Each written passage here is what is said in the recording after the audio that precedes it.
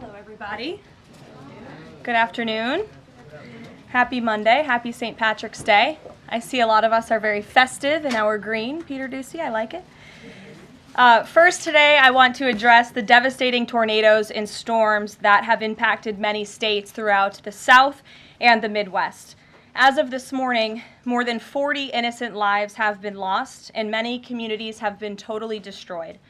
The president has been actively monitoring the situation, and the Trump administration is engaged with governors and local officials to restore affected communities and livelihoods.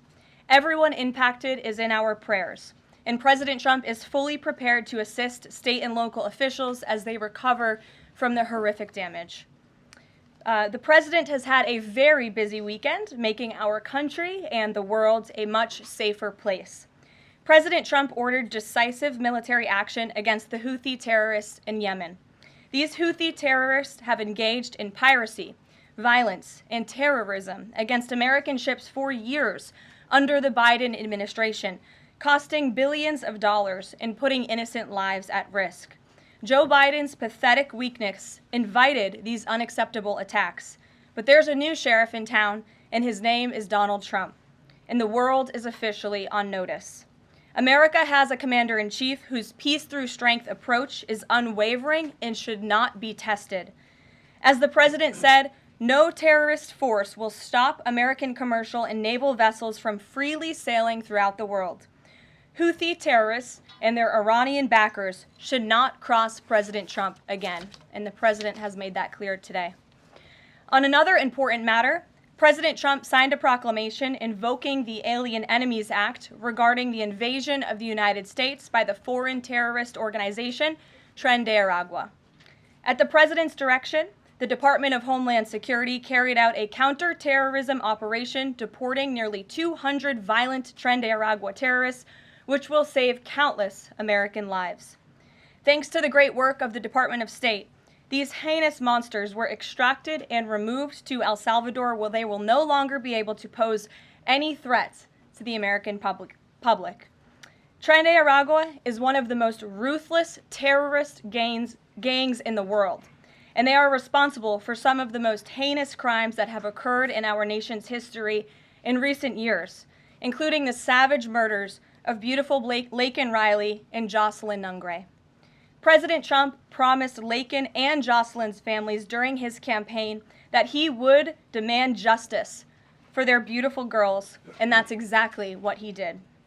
As the president acknowledged during his inaugural address on January 20th, he pledged to invoke this act, and he has no higher responsibility than to defend our country from threats and invasions.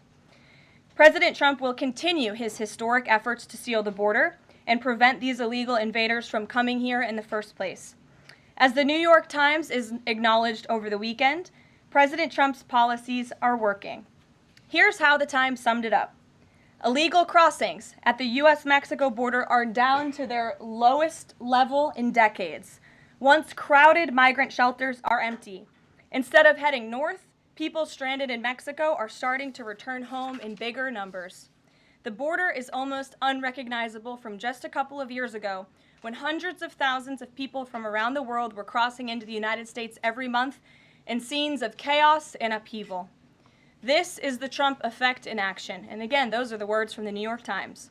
We didn't need a border security bill. We just needed President Trump. All of these actions taken together are contributing to a wave of optimism about the direction of our great country. According to brand new polling from NBC News, more registered voters say the United States is heading in the right direction than at any point since early 2004. Americans support President Trump's common sense approach that's getting our country back on track in record time. Meanwhile, the president's critics can't say the same.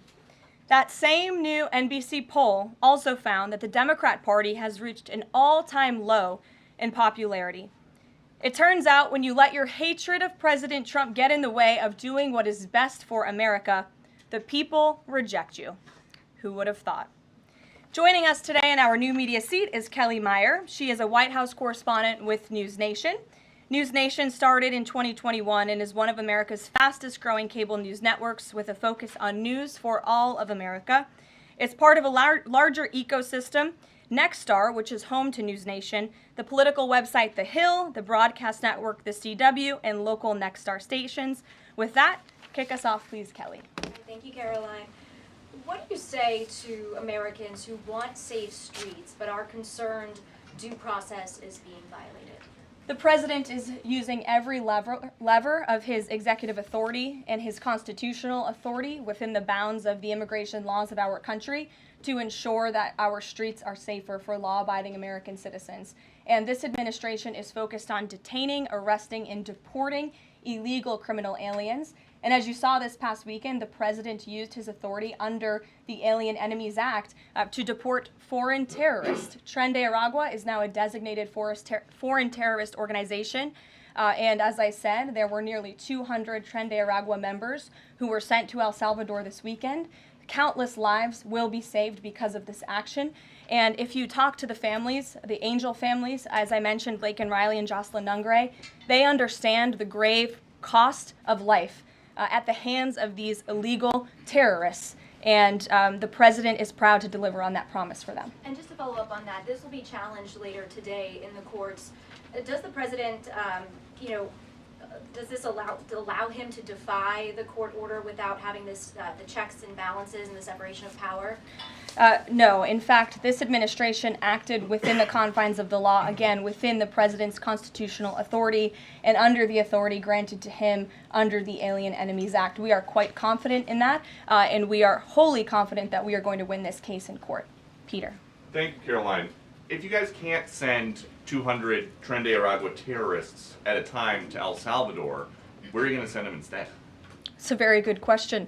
You'd have to ask the courts and the people on the left who are trying to fight this administration for doing the business that this president sought out to do, which is to deport these foreign terrorists. And we're very grateful to President Bukele and to El Salvador for accepting these heinous monsters where they will face justice. And if these guys are terrorists at war with the United States, is President Trump considering anything more lethal to address them than just sticking them on a plane somewhere else? Well, it sounded like you had a little bit of curiosity in the premise of your question, so I want to address it. These are designated foreign terrorists. The president signed a proclamation on February 20th, 2025, designating TDA as a foreign terrorist organization that was in consultation with the Attorney General and the Secretary of Treasury. That was pursuant to 8 U.S. Code 1189. The president has the right to do that. And I think nobody would argue that Tren de Aragua should be designated a foreign terrorist organization. If you want to have that argument, I'm happy to do it. These are heinous monsters,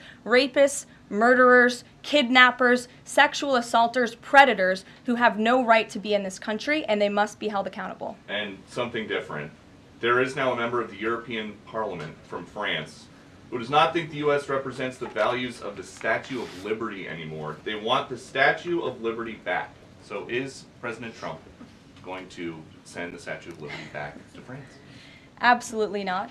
And my advice to that unnamed low-level French politician would be to remind them that it's only because of the United States of America that the French are not speaking German right now. So they should be very grateful to our great country. Kelly.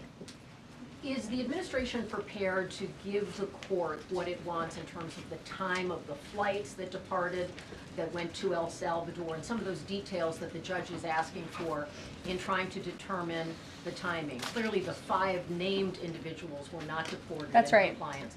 But looking more broadly, wanting to know about the timing of flights and so forth, because the verbal order did say turn around the flights if there's an issue. So is the administration prepared to provide that information? I'm prepared to provide it right now. All of the planes that were subject to the written order, the judge's written order, took off before the order was entered in the courtroom on Saturday. And the administration will, of course, be happily answering all of those questions that the judge poses in court later today. And for people who have due process questions about making certain that there wasn't anyone who was swept up who did not meet the criteria that you laid out, is there a way for the administration to provide more detail about how that was determined, who the individuals were that met this deportation order. Yes, I can assure the American people that Customs and Border Patrol and ICE and the Department of Homeland Security are sure about the identities of the individuals who were on these planes and the threat that they pose to our homeland. They take this incredibly seriously. They are putting their lives on the line to deport these designated terrorists from our country, and they should be trusted to do that. And that's exactly what the American people elected this president to do. Thanks, Caroline. Just to follow up on that then, so you're saying definitively that the administration can prove everyone that was put on those flights in El Salvador was either a member of Tren de Agua, MS-13, or some other entity? We've already provided the breakdown in the effort of transparency about the 261 illegal aliens who were deported. 137 of those were deported under the Alien Enemies Act. 101 of those were Venezuelans removed via Title VIII, which, as you know, are just regular immigration proceedings. And 23 of them were MS-13 Salvadorian gang members. There were also 2 MS-13 ringleaders as part of that group of 23 who President Bukele particularly expressed his gratitude for their return so he can demand justice in his home country. Jennifer. What criteria, though, other than, say, tattoos or maybe being in the wrong place at the wrong time, are they using to determine that someone is actually a member of one of these organizations? Intelligence and the men and women on the ground in the interior of our country who are finally being allowed to do their jobs. Their hands were tied under the previous administration, and as I said, they take their jobs very seriously. They should be trusted and respected by the American public with this operation. And of course, as I said to Kelly, the administration will provide all details to the questions that the court poses. Jennifer. One more follow-up on that. Can you say how much the U.S. is paying El Salvador to imprison these Venezuelans? And then a different question on Russia. I was wondering if you could give us an update on the ceasefire negotiations, and is there anything you can share on the list that Putin passed along to President Trump for the things he's requesting? Sure. To your first question, it was approximately $6 million to El Salvador for the detention of these foreign terrorists. And I would point out that is pennies on the dollar in comparison to the cost of life and the cost it would impose on the American taxpayer to house these terrorists in maximum security prisons here in the United States of America. And I would echo the message of our Secretary of State, Marco Rubio, who expressed his gratitude to President Bukele and El Salvador's government for their cooperation in this deal. As for Russia, as you know, the president announced last night on Air Force One on his return from his very busy weekend in Florida that he will be speaking to President Putin tomorrow. I won't get ahead of those negotiations, but I can say we are on the 10th yard line of peace, and we've never been closer to a peace deal than we are in this moment. And the president, as you know, is determined to get one done. Sure, Caitlin. I have 2 questions for you. One on the flights, but first on the president's post overnight, saying that the pardons that were issued by President Biden preemptively to members of the January 6th committee, that they're now null and void. Have attorneys here at the White House told President Trump that he has the legal authority to undo a pardon simply because it was signed by auto pen, as he said?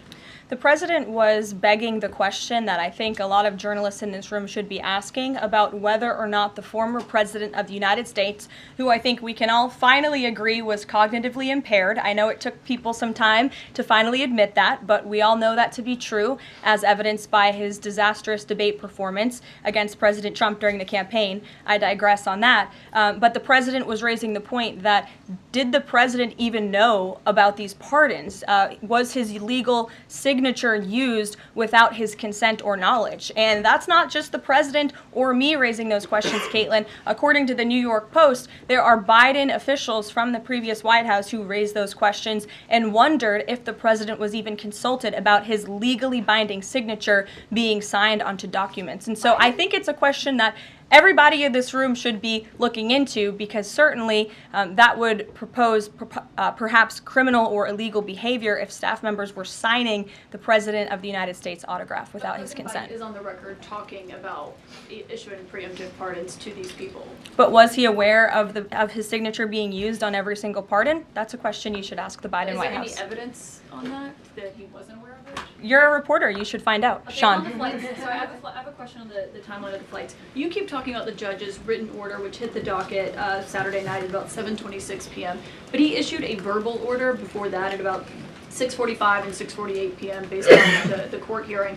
A verbal order from the bench. Does the White House feel the need to comply with a verbal order from this judge? Again, as I said, all of the planes subject to the written order of this judge departed U.S. soil, U.S. territory before the judge's written order. But what about the verbal order, which of course carries the same legal weight as a written order, and said for the planes to turn around if they were Well, in the air? there's actually questions about whether a verbal order carries the same weight as a legal order, as a written order, and our lawyers are determined to ask and answer those questions in court. Sean. Hey, so on Friday, the president suggested at length that it should be illegal to criticize judges, but he has repeatedly criticized judges who rule against him, and Elon Musk is calling for impeachment of judges who have opposed the administration. So how are those two things not in conflict? I have not heard the president talk about impeaching judges. I know you mentioned Mr. Musk's tweet, but I have not heard the president of the United States ask that. Mary.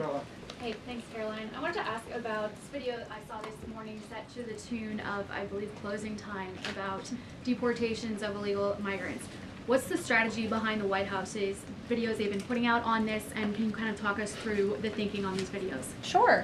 I think the White House and our entire government clearly is leaning into the message of this president. And we are unafraid to double down and to take responsibility and ownership of the serious decisions that are being made. The president was elected with an overwhelming mandate to launch the largest mass deportation campaign in American history, and that's exactly what he is doing. And to this very day, we are now, I think, 56 or 7 days into the administration by my count. The president still receives an overwhelming public support for the policies that he is enacting. So we are unafraid to message effectively what the president is doing on a daily basis to make our community safer. And the specific video you referenced, I think it sums up our immigration policy pretty well. You don't have to go home, but you can't stay here. Go ahead. Thanks, Caroline. I have two questions. First, will President Trump put sanctions on Russia if the talks on Tuesday don't go as hoped? And secondly, have any illegal immigrants self-deported through CBP home yet? To your first question, it's something the president has floated, and certainly he's willing to do if necessary. I don't have anything to read out, and I would never get ahead of the president on such a serious decision. To your second question about the CBP Home app, I would have to check in with the Department of Homeland Security, but it's a great question, and we're very proud to repurpose this app, which the Biden administration abused to facilitate the mass illegal entry of illegal immigrants into our country. It was like a fast pass at Disneyland. That's not happening under this administration. We are encouraging illegal immigrants to actively self-deport to maybe save themselves from being in one of these fun videos. Caroline. Sure. John, good to see you. After President Trump strafe-bombed the Houthis yesterday, he said that if they retaliate, he was going to personally hold Iran accountable for that. Holding them accountable, what would that look like? Well, I would defer you to what the president put out this morning, John, where he said very clearly, I will read it, "Let nobody be fooled. The hundreds of attacks being made by Houthi, the sinister mobsters and thugs based in Yemen, who are hated by the Yemeni people, are all created by Iran. Any further attack or retaliation by the Houthis will be met with great force, and there is no guarantee that the force will stop there. Iran has played the innocent victim of rogue terrorists from which they've lost control, but they haven't lost control. They are dictating every move, giving them the weapons, supplying them with money and highly sophisticated military equipment, and even so-called intelligence. Every shot fired by the Houthis will be looked upon from this point forward as being a shot fired from the weapons and leadership of Iran. And Iran will be held responsible and suffer the consequences, and those consequences will be dire." That is a statement from the President of the United States just moments ago. I have nothing additional to share, but our message to Iran is you better take this president seriously, and I think the Houthis learned that the hard way this past weekend. As I said in my opening remarks, there's a new sheriff in town, and this president is not just going to sit on his hands and allow terrorists to launch attacks on commercial vessels and U.S. naval ships. Those actions will not be tolerated. Sure, Edward. Yeah, thanks. Karoline, on the economy. So after mostly a down week last week in the economy, you've been very vocal as well as other cabinet members about how we're in a transition and about how this economic transition, and there's a plan, a long-term plan for tariffs on this. How concerned is the president that the markets and Americans, for lack of a better term, will freak out over these tariffs and be concerned about a long-term plan? Sure. I think I've been asked this question and answered this question respectfully, Edward. We are in a period of transition. The president has made that clear. He also has made his belief in tariffs and what they will do for our great country clear, restoring wealth back to our country. And if you look at the president's first-term economic formula, massive deregulation, tax cuts, lowering the cost of living with an energy boom, which the American people can expect soon. Wall Street and Main Street should both be assured by what President Trump did in his first term. It's the exact same formula. In fact, I would argue it's even better this time around. And if you look at some of the economic indicators in the last week, the latest CPI report last week beat expectations. Inflation is cooling. Core inflation dropped for the first time in 4 months.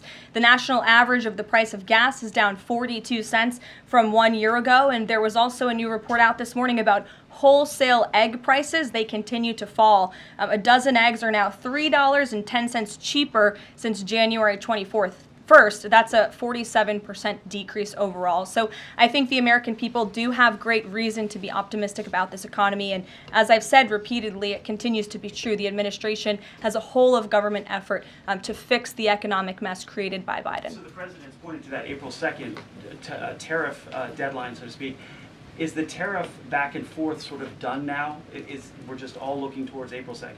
Well, I think the president would tell you that all options are always on the table, and he's always ready to respond if he feels the United States is being unfairly treated by our allies and also our competitors around the world. But yes, the April 2nd day is a big day for the country, as the president has said. Reciprocal tariffs will go into effect. We'll have more details on that as the date nears, but our entire trade team, Secretary Lutnick, Secretary Bessent, the vice president has been quite involved in these talks and discussions as well about what that will look like. And the president, as you always do, you will hear from him directly on it. Deborah Saunders, how are you? Fine. How are you doing? Good, thanks. Former pardon attorney Elizabeth Boyer believes she was fired for refusing to sign off on a move to restore gun rights to actor Mel Gibson. DOJ's Todd Blanche says no. But I want to know, is the administration dedicated to restoring gun rights to felons who served their times? I ask this because I've talked to people who were pardoned. They felt that was important. Of course, this isn't necessarily for a pardon. What is the president's thinking on this issue? Sure. After you've served your sentence, should you have gun rights? It's an important question. It is one I have not spoken to the president about on his views, but I will take it to him this afternoon. I will tell him you asked, and we will get you an answer. You're welcome. Jonathan.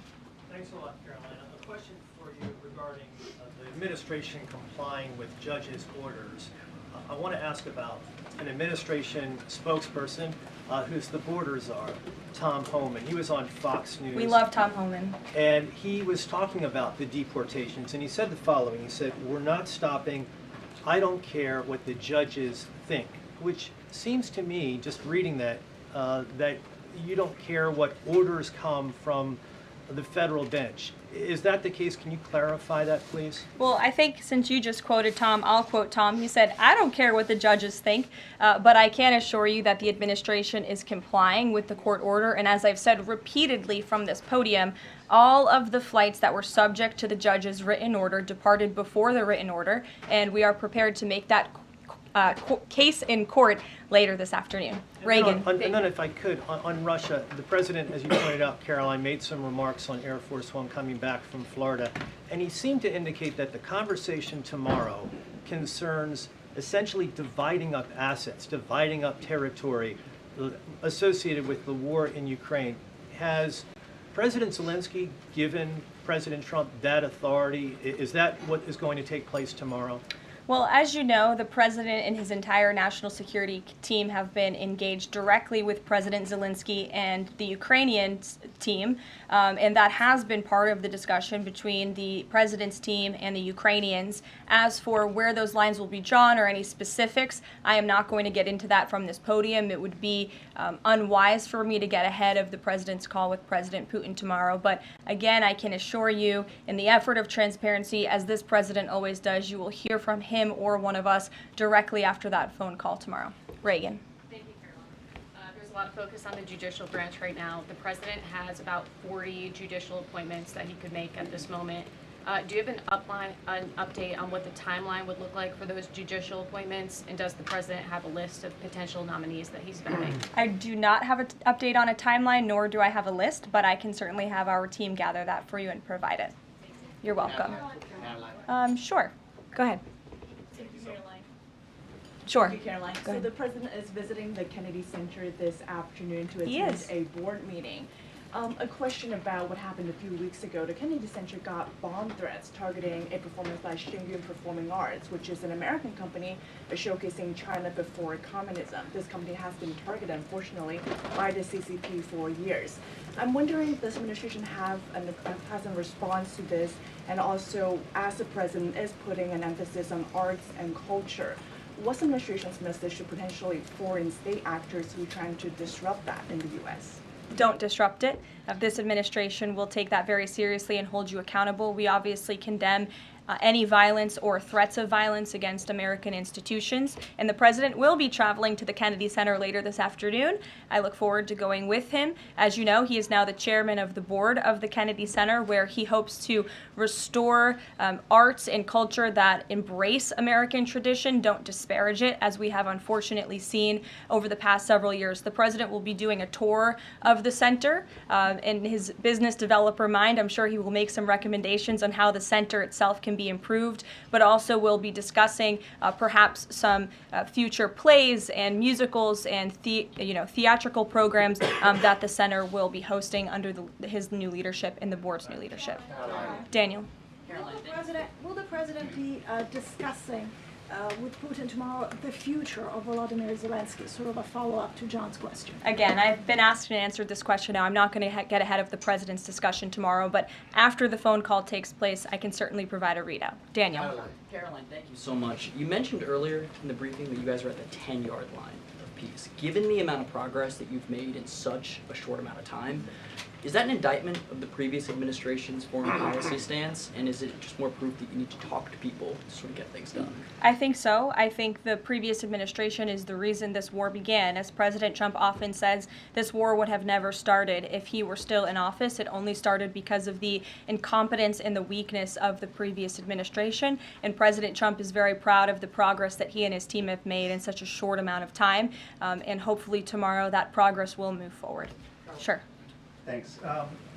There have been some media reports just in the last few hours that the administration has decided to withdraw from the International Center for the Prosecution of the Crime of Aggression against Ukraine, which is designed to hold Putin accountable for war crimes. Are you able to confirm that? And if that has occurred, why has that occurred? I'm not able to confirm it because I have not heard that. I will caution, I know there have been many inaccurate and misleading reports from Reuters lately, so I would caution anybody taking that seriously, but I can check in and get back to you. Rachel. Thanks, Caroline. Is it the president's belief that the Justice Department should be investigating members of the January 6th Select Committee? Is he directing the DOJ to do that? As the president made it very clear in his address on Friday, I believe some of you were there, I was there, he made his vision for what he would like to see of the Department of Justice very clear, but he said that he has appointed great people in Attorney General Pam Bondi and also in our FBI Director Kash Patel to do what they think is best for our justice system and to stop the weaponization of justice that we saw under the previous administration against not just President Trump but his supporters as well. We want to restore the Department of Justice to an institution that focuses on fighting law and order and crime and putting real criminals behind bars, not targeting Americans because of their religion or their political speech. We saw that under the previous administration, and it's unacceptable to this president. And just to follow up really quickly on just Homan's comments from earlier, a few weeks ago in the Oval Office, the president said he will always abide by the courts. We heard what Tom Homan said earlier today. So I'm only asking just to be clear for the American people. It is the administration's belief that that you feel like you were bound to comply by the judge's orders? We are complying with the judge's orders. Question on the storm. Sure. What role does the president see for FEMA with these storms? He's talking about getting rid of FEMA, states handling their own disasters. Does he plan to change how the federal government responds to these storms? There hasn't been a change yet. That doesn't mean there couldn't be in the future. But as of right now, the president, the entire administration are actively monitoring the storms, as I said. In fact, before I came down here, there was an email note in my inbox from the Department of Homeland Security on what they are actually doing state by state across the board. So rest assured, Secretary Noem and her team is on it, and I would defer you to the Department of Homeland Security for any further details. One more question. The president referenced power plants with a conversation with Vladimir Putin. What is he referring to with power plants? What is that? There's a power plant that is on the border of Russia and Ukraine that was up for discussion with the Ukrainians, and he will address it in his call with Putin tomorrow. The nuclear plant. Correct. Okay. Yes. Caroline? Do you have a question? Yes. Okay. I wanted to ask you if you would be releasing more granular data about the people who were sent to El Salvador this week. Particularly, will you be releasing their names? I don't believe so because of the privacy concerns at this point in time. That doesn't mean we won't eventually. I would defer you to the Department of Homeland Security for more details on the individuals on the flights, but we have been incredibly transparent in giving you the breakdown of the numbers and also some of the crimes committed by these heinous criminals and individuals: kidnapping, sexual abuse of a child, robbery, aggravated assault on a police officer. I would remind everybody in this room that Tren de Aragua is a foreign terrorist organization operating within the United States of America because the previous administration allowed them to invade our country. These are monsters who tortured, raped, and murdered a 12-year-old Jocelyn Nungre. They murdered 22-year-old nursing student Laken Riley. They led a multi-state sex trafficking operation involving smuggling women into the United States, holding them in stash houses in Louisiana, Florida, New Jersey, Texas, and Virginia, and forcing them into prostitution.